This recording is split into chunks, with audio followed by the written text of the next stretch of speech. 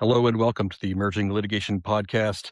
I'm your host, Tom Hagy. So anybody who deals with litigation involving injured parties, they know that litigation can go on for years before an injured person collects a dime. Meanwhile, they've got bills to pay. They've got medical expenses, groceries. They've got, rent or a mortgage to pay. And so sometimes if people are under this kind of pressure, first of all, a lot of their lives can fall apart because they're not able to make ends meet. They're disabled. They can't work, for example. Um, the other consequence of that is that sometimes they can get forced into an early settlement that maybe is not as fair or adequate for their needs. So today I get to talk to somebody who does something about that. Her name is Rachel McCarthy. She is executive director of the Milestone Foundation. They're the only lender of their kind. They provide non-recourse, low-interest loans specifically targeted for the kind of expenses I'm talking about. This is very different from things like litigation funding.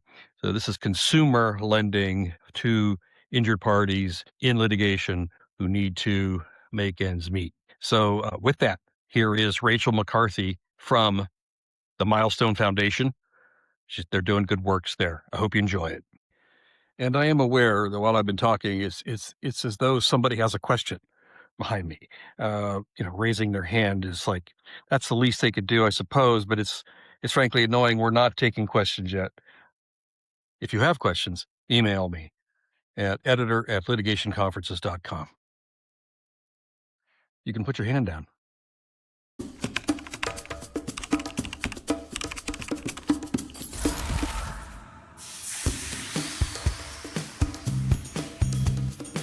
Rachel McCarthy, thank you very much for talking with me about this today. Thank you for having me, Tom. You bet. And I always say you bet, and I always cut that out. So we're going to talk about the Milestone Foundation. And now you guys just had a 10-year anniversary. So congratulations. Thank you. And then I guess I want to go back to what was the impetus for the Milestone Foundation. What gap did you all observe or your founder observe that led to the establishment of a nonprofit like this? Yeah. So our founder was a settlement planner, and he would work with families, helping them set up their future post-settlement. So whether that be a structured settlement or annuity or what have you. And oftentimes he kept observing that these plaintiffs would owe a significant portion of their settlement to a funding company. And it happened time and time again. And he just couldn't believe that this was allowed to be the way that it was. And so I think him and his wife thought about it for a while. And finally, in 2016, so 10 years ago, was when they decided we're going to try to launch this as a nonprofit model and see if it is possible and see if it's sustainable, if there's an appetite for it among the trial lawyer community. And so they incorporated the Milestone Foundation in 2016. And then in 2017, which is when I started, I began in the early 2017 as the first executive director. I call that my first term.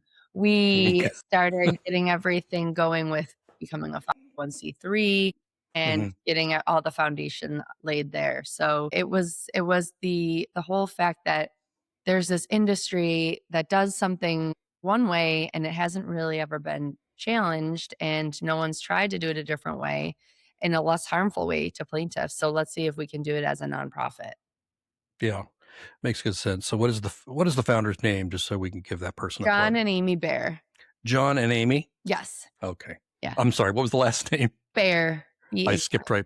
Yeah. Okay, I skipped right It past was it. originally called the Bears Foundation. The Bears. Yeah. Yeah, that would be confusing in Kinda Chicago, confusing, I guess. I know. So, Okay. and Yeah, also everybody- Bears Foundation sounds like it is a medical company. well, it sounds like it's a private endowment, like the Bill and Melinda Gates Foundation. Sure. And it's not. So from a fundraising perspective, it was more advantageous to move away from that naming. Yeah. How are Bill and Melinda these days? Well, they've parted ways. They were She's so thriving. nice. I was rooting for them. She is thriving. She's Yeah, no, she is. Yeah, she's awesome. She's like one of the biggest giver, what do you call it? I was going to say anthropologists. No, she's not into that. What's the word I'm looking for? Philanthropist. Philanthropist. Thank you. I'm very smart. So thank you. Yeah, thank you for that. And what a, you know, I think it's very cool when people have, when they have resources and they choose to use those for good. Absolutely. They Is should. that corny? And I don't care if it is. But Mhm. no, it's very cool when people take a look at that and say, you know what, here's a need and here's something that people can use. So for people who aren't familiar with the foundation, Mhm. so what do you all do? Sure. What do you cover? How does it work for Sure. claimants? Yeah, so we provide plaintiff funding. What that means is we give financial assistance to plaintiffs while they're going through litigation and to help them cover their basic living expenses. So it could be early on in their litigation journey, it could be close to the end and there's a settlement in sight, but they don't have the funds yet and they're struggling to pay their rent, or their vehicle broke down and they need to get a new vehicle, or they're struggling to keep up with their utility bills. So they're in this really tough situation where they're dealing with a catastrophic accident or a trauma or a tragedy, and on top of that they're in a financial bind and they need resources to help get them through to the end of their lawsuit where they will hopefully receive a settlement of some sort. So it's sort of just a bridge to help them get through to the end of their litigation, but it also allows their attorney to see the case through to its proper end as well. So it's also sort of an access to justice issue because these insurance companies or these corporations or whomever the defendants are tend to have a lot of resources and a lot of money at their disposal. And the average citizen does not. So it becomes like a waiting game. And the insurance companies know that the longer that they draw things out, the more hard pressed folks are going to become. And so, ultimately, they might be willing to accept a smaller settlement amount. So it's sort of a waiting game. And that's obviously that's unfair. So the way that this industry was designed was to help level the playing field for plaintiffs and their lawyers to give them more resources to see the case through to its just end. Unfortunately, the industry has sort of changed a bit because the origin story is a great idea, but there's a lot of there are a lot of players out there who have seen this as an opportunity to make a significant profit. And so No, where it gets a little bit warbled. you're just not saying people would take advantage. No, I said that. So just so people who aren't familiar, and as I was confused when I first heard about the Milestone Foundation, this isn't litigation funding. This isn't litigation finance. You're not funding cases and litigation. You're not also advancing the entirety of a estimated outlay or settlement or verdict or anything. So just if you clarify that for folks, Yeah. if a Yeah, plaintiff no. has, go ahead. Yeah, so the funding that we provide it's considered an advance on the future settlement. It doesn't influence the case outcome at all. It doesn't influence anything. It's just to go cover those basic needs. And I think if anything, we try to talk people down from taking out too much money or more money than they need, than they just need at that moment, because we have seen instances where the case settles and the client does end up owing a significant portion of their settlement, and they're mad at their attorney and they're mad at everyone because they don't understand what they really had originally signed themselves up for, or they didn't fully understand the implications and what that might look like. And so at the end of this whole litigation journey, if they're only coming home with a teeny portion of what they thought they were going to receive, that could be really frustrating for a plaintiff. I think I would think there'd just be a lot of education needed up front. Absolutely. I mean, first of all, the way that these agreements in the traditional industry are written are really confusing from the jump. I'll look at some of them sometimes and have a hard time discerning what the actual payment schedule looks like or what the actual final costs could be. And I consider myself pretty well educated in this industry. So if you are a plaintiff who hopefully this is your first time being a plaintiff and so you're not really familiar with this whole litigation process to start with. And then you've never really heard about litigation funding or consumer litigation funding, and people are coming out of the woodwork to see if you want to take out an advance. And we don't reach out to anybody. We wouldn't do that. We only work with people who come to us and ask. But there are companies out there that will reach out to folks and try to get them to take pre-settlement funding, and it can be hard. So your I don't know if we call them clients or the people you fund. Who comes to you? It's typically the plaintiff lawyer, isn't it? Or am I wrong? Do individuals also come We directly? It's usually a plaintiff that will come and fill out the form on our website, but they come to us by way of their attorney. So they don't Okay. really find us on their own. Usually they come to their attorney and say, I need some help, or something will happen that will make the attorney think, oh man, I just need to help this person get a couple $1,000s. So the attorneys will refer them to us. That's what happens most often, which is great because, the attorneys, it is sort of their responsibility to let their clients know of the best options, the options that are in their best interest. And that's always going to be us. I mean, we're the only nonprofit in this industry. We're the only nonprofit that provides plaintiff funding in the country, probably the world. And so once an attorney knows about us, if they have a good case, it's on them to tell the plaintiff, you should try this company or you should try this nonprofit. They can list 3 or 4 options. That's fine, and let the plaintiff do some of their own research or due diligence. But at the end of the day, yeah, it's typically a trial lawyer that will tell their plaintiff about our service, and then the plaintiff reaches out. We do speak with every plaintiff and every either attorney or their paralegal or someone from their legal team to assess every funding request. So we are a bit different than the traditional funding companies. Well, in many ways, we're a bit different from them. But in one of the ways is that we really do take the time to speak with every plaintiff and every legal team to make sure we have all the facts straight. We know the whole scenario. There's, nothing untoward going on.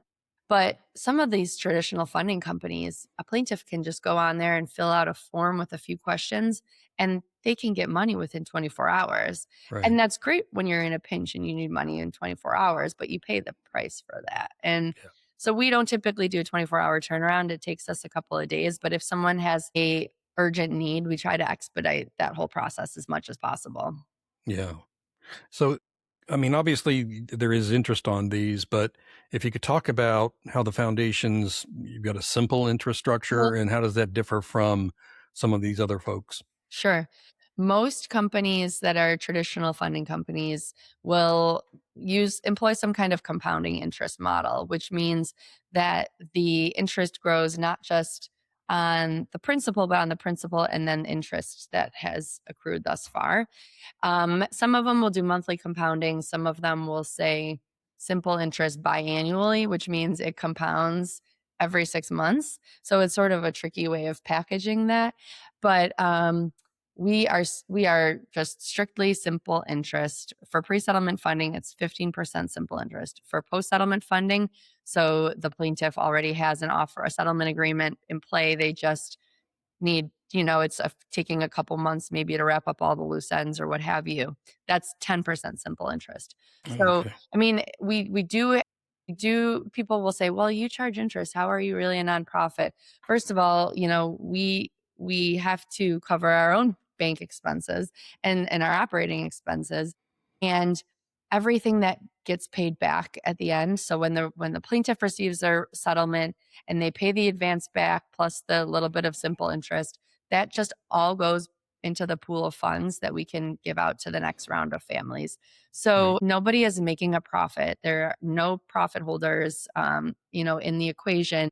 Everything goes toward advancing our mission. So Yeah. that's how we fill that public charity model.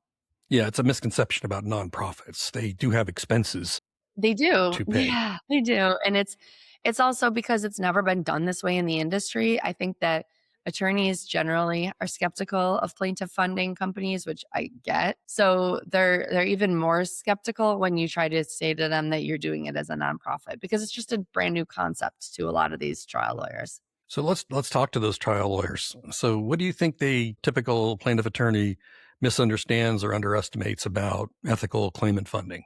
Yeah. Well, like I said, a lot of them just heavily dislike this industry. And I get it because traditionally the plaintiff funding hasn't been ethical. It has been we see at least the average is like 36 to 40% APR is what we see on these advances.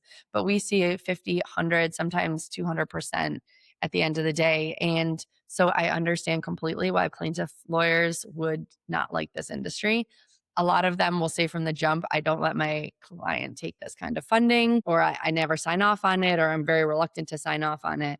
But I want them to sort of be able to see that there is a way to do it ethically, which is, I would say, how we're doing it, and then to reconsider how they're framing it in their mind. And it's not this evil, predatory force. It is actually could be used as a strategic tool for their clients who want to be able to see their case through to its just end, but might need a small amount of funding. I mean, the average advance that we provide is $7,000. So it's not like insane, huge money that's going to change everything, but it's enough that if you're a couple months behind on your rent and you're about to be kicked out and put on the streets, Hmm. will help that not happen. So Yeah. it's turning it into sort of an asset for the plaintiff so that they can see their litigation journey through to its end. The attorney can do their job. They're not worried about this advance that's out there accruing crazy interest, because that also puts the pressure on the attorney, right? Like they have to be able to they want to be able to settle at the end of the day. And then if they know that their client has this huge advance out there with all this interest, that's like got to be a gray cloud over their head. So, Sure. long story short, there is a way that it can be done ethically, and there is a way that plaintiff funding can become a tool for plaintiffs and for trial lawyers. It's just we're the only ones right now doing it, so we have to influence more people to try this model, which I'd be happy to try to talk anyone through if they're interested, or have the funding, the for-profit companies in the industry change the way they operate a little bit so it doesn't feel so exploitative. Yeah. What would be like the most important questions an attorney should ask when evaluating this kind of arrangement? Yeah, that's a great question, because I understand that trial lawyers are so busy and already have so much on their plates that in some instances, I'm sure they don't even have time to give second thought to what their client is taking out or what the settlement agreement might, or the pre-funding agreement might look like, because you know they they might have this relationship, this long-standing relationship with a traditional funding company, that they like the people that work there, and they get treated to nice dinners here and there or something like that. And so why question that partnership? But at the end of the day, a trial lawyer, it's your responsibility to make sure that you are guiding your client in all of the ways. And if they are signing an agreement that everyone doesn't understand what the implications are, you're not fully best serving your client. So I think that the trial lawyer should take a good look at the agreement, figure out what the fees are, because sometimes there are some pretty arbitrary fees that get folded into these contracts. It's a service fee, a paperwork fee, an administrative fee, an application fee, and those can become egregious. I've seen an instance where a company was charging a fee that was a third of what the plaintiff was requesting. So they were requesting $3,000. The fee was insane.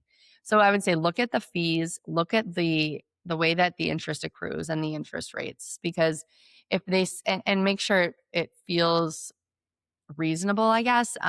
Or and also look around, because they might say it's 6% interest, but that's really 6% monthly compounding. And then, Hmm. I can't do 6 times 12 quickly in my head, but you get the point. It adds Yes, I up. do. So, and some contracts, I don't like this, but some contracts will say if you pay between this window and this window, it's going to be this amount. Well, what if you're able to pay at the very beginning of that window and you get lumped into the same amount that it would be if it took you another 3 months to recover? That's weird. Hmm. So I would just ask attorneys to take a good look at the agreement, just take some time to realize what you're signing, and to think it through and do a little research and see what else is out there. The other thing I will add is that different states have different regulations, and some states are more protective than others. Like Arkansas, for example, or Colorado, they'll have statewide rules and regulations that might cap these interest rates. So those states will have less players in the field. So just figure out, what are the rules in your state? Who are the players? Who's got the lowest rates you could possibly find, and make that your go-to person if possible. I Okay. mean, it will Yeah. always be us, but we can't fund everything because we're a small nonprofit. Yeah. Gotcha. Okay. Well, no, it certainly is can be a lifeline for people, as you just said. If it's $7,000 for somebody who may be losing their or not being able to pay their rent or losing their home or whatever, that could also mean that they'll bail, and that means justice wasn't served. Mhm. So yeah, it's such a service. Now you mentioned some legislation and caps and things like that. Anything else new? Because there seems to be some increased attention to consumer litigation funding. In New York, there was recently a new law. Can you talk about those? Yeah, I think it's an interesting time to be in the consumer litigation funding space because there's starting to be more of a trend and an interest in consumer protection laws, and particularly with respect to litigation funding. So, New York State just passed a bill. It'll go into effect in June of this year, 2026, and it has certain regulations. The agreement has to be in clear language, certain font size, and the repayment schedules have to be pretty clearly displayed. And there's is a cap on the percentage of the recovery that a funding company can recover and take, but there aren't caps on fees and there aren't caps on interest rates. So those are the two biggest issues that need to be reined in that aren't reined in. So I think that the bill leaves a bit to be desired, but Okay. it does try to lay the groundwork for a little bit more uniformity and responsibility of everyone who's involved to know what they're signing and make it clear what the agreement is. And as I mentioned before, there are some states that have already passed funding rules. So, Colorado being one, Arkansas, Maryland. Some of these states are more protective. They might have a interest cap statewide, or they might have rules around a 2x cap or a 3x cap, meaning, it can't, well, the amount owed can't double or triple. So I think that there's certainly more of an interest in this becoming a more regulated piece of the industry because up until now, it's sort of been anything goes. It's non-recourse funding. So this type of funding is not beholden to traditional lending laws or usury laws. So that's why it seems like it can't possibly be true that these certain companies can charge these rates. But in lots of instances, it is true because it's been largely unregulated. So I think that there's definitely we'll see more and more states having these conversations. If not passing anything immediately, they're going to start having these conversations to protect their consumers. Okay. So you said it's non-recourse.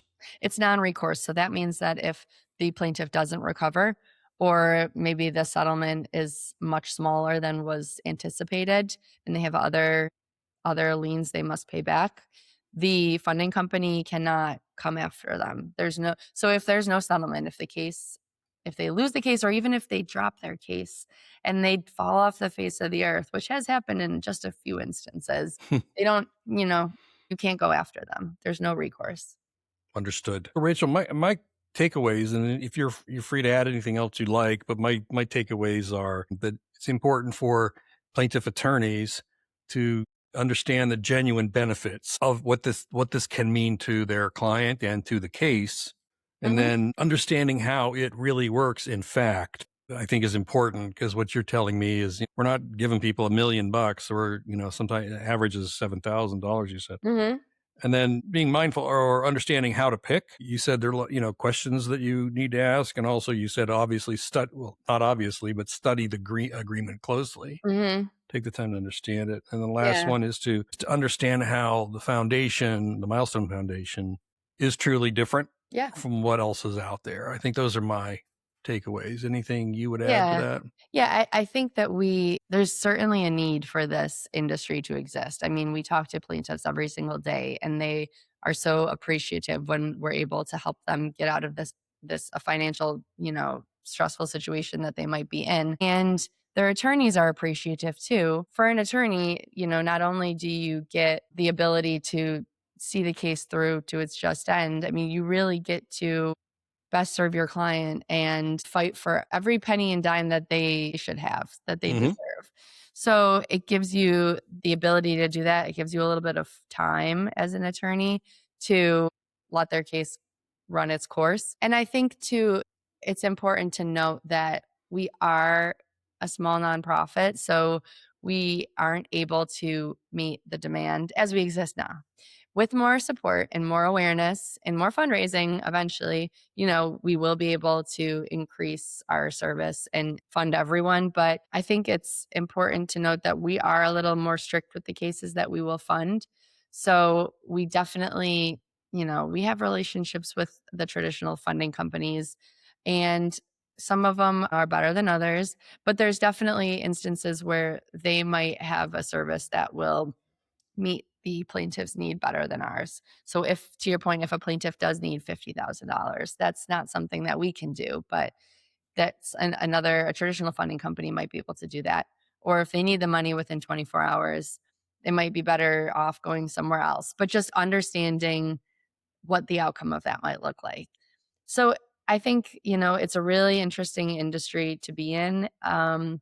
I ask attorneys to be a little more open-minded about plaintiff funding and to help us get the word out there about what we're doing, because we want to just continue to grow our movement. So Excellent.